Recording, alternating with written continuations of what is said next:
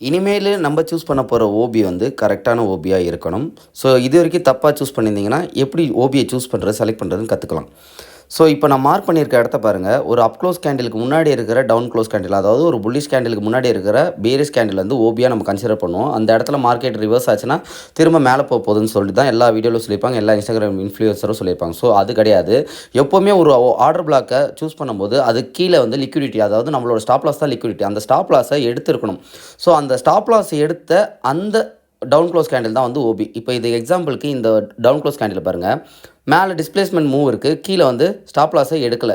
So இந்த ஓபியை consider பண்ணிக்க முடியாது. ஸோ இந்த கேண்டில் பாருங்கள், ஒரு ஸ்விங்கோட லோ வந்து ஆல்ரெடி மார்க்கெட் டச் பண்ணி டேப் பண்ணி மேலே போயிருக்கான். அடுத்த ஒரு டிஸ்பிளேஸ்மெண்ட் மூவ் கிடச்சிருக்கு. ஸோ ஸ்விங்கை வந்து பிரேக் பண்ணி டிஸ்பிளேஸ்மெண்ட் மூவ் கிடச்சிச்சு. ஸோ இதுக்கு முன்னாடி இருக்க அந்த டவுன் க்ளோஸ் கேண்டில் தான் நான் ஓபியை கன்சிடர் பண்ணிக்கிறேன்.